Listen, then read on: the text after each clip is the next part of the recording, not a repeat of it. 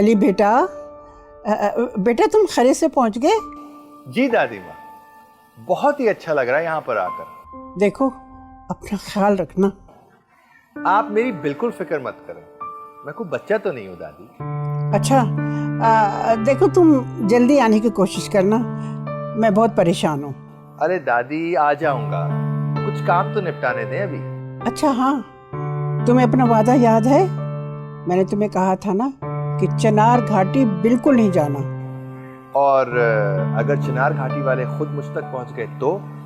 देखो मैंने तुम्हें मना कर दिया है, तुम उधर नहीं जाओगे, समझे? जी बिल्कुल समझ गया। अच्छा, खुदा हाफिज, अपना ख्याल रखना मेरे बच्चे। खुदा हाफिज। खुदा हाफिज।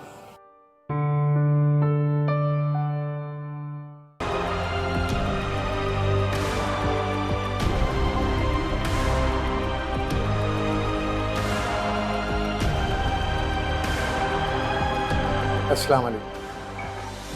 हाँ भाई, कैसे आना? सरकार ये मेरा बेटा मुराद है, आपकी ज़मीनों पर काम कर रहा है आजकल। हाँ मुझे मालूम है। सरकार अगर आपकी इजाज़त हो तो ये मस्जिद के बागीचे की देखभाल कर लिया करे। वहाँ असल में मौलवी साहब ने सब्जियाँ उगाई हुई हैं मस्जिद का ख़र्चा पूरा करने के लिए। ये जिम्मेदारी गांव वालों की है। हाँ है तो उन्हीं की, मगर क्या करें, उनका अपना ख़र्चा पूरा नहीं होता, मस्जिद को क्या देंगे। अच्छा ऐसा करो, मुझे इमाम साहब के पास ले जाओ, जो हो सका मैं तुम्हारे लिए कर दूँ। बहुत शुक्रिया, जज़ाकल्लाह। तो मुराद को इजाज़त है फिर? हाँ भाई, मस्जिद का काम है, मैं कैसे रोक सकता हूँ। बहुत शुक्रिया, आओ बेटा।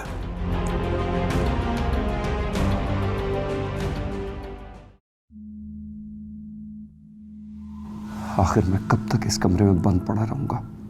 यहाँ मेरा दम घुटने लगा है।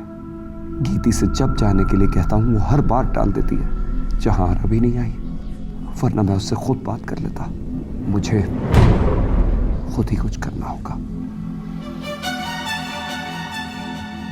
क्या हुआ, कहीं जा रहे हैं आप? मुझे जहां से मिलना है, मेरा रास्ता छोड़ दीजिए। वो इस वक्त मसरूफ है, बात नहीं कर सकती। मैं अब मजीद एक लम्हा यहाँ नहीं रुक सकता, मुझे फौरन जहां से मिलना है। आपकी तबीयत बिल्कुल ठीक नहीं है, आप इस वक्त आराम करें। जहां को जब फुर्सत होगी तो आपसे मिलने आ जाएगी। और खुदा के लिए मेरी बात मान लें, वरना मैं भी कुछ नहीं कर सकूंगी।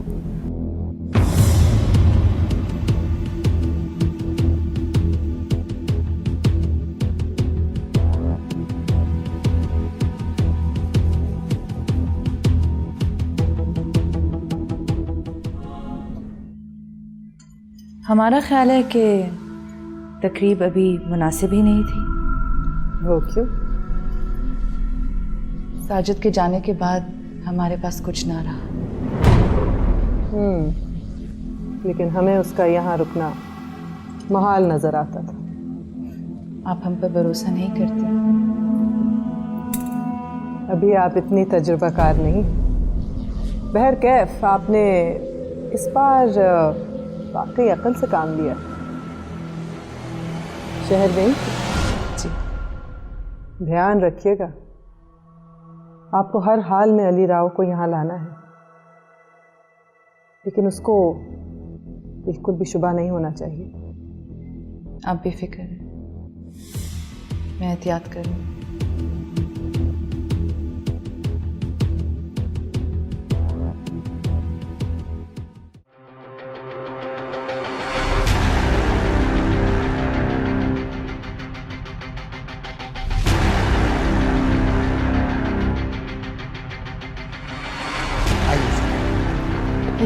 अस्सलाम वालेकुम। इतने गौर से क्या देख रहे हो बाबा? आपके आने से कोठी में रौनक आ गई है। बस दुआ है कि अल्लाह ये रौनक कायम रखे। बहुत थक गया हूँ बाबा, चाय मिलेगी? हाँ सरकार, वैसे आपको मैंने पहले भी मना किया था, आप अकेले ना जाया करें। तुम मेरी फिक्र ना करो बाबा, मुझे कुछ नहीं होगा। देखिए ये बड़ी बेगम साहिबा का हुक्म है कि आपको कोठी से हरगिज़ अकेले ना जाने दिया जाए। ओ दादी। अच्छा आइए, मैं चाय बनवाता हूँ, आइए।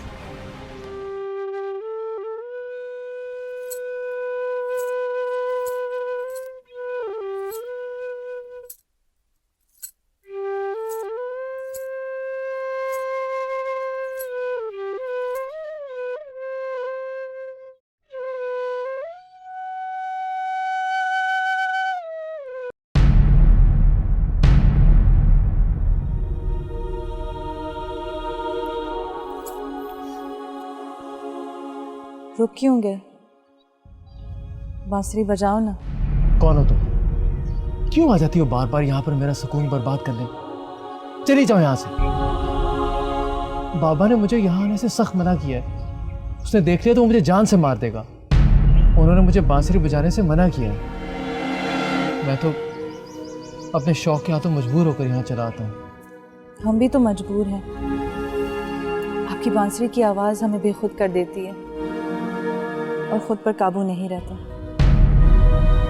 अगर जहांरा को पता चल गया तो हम जान से जाएंगे। तो फिर क्यों आई हो? फौरन यहाँ से चली जाओ। मैं नहीं चाहता कि मेरी बांसुरी की वजह से तुम्हारी जान पर कोई मुसीबत हो।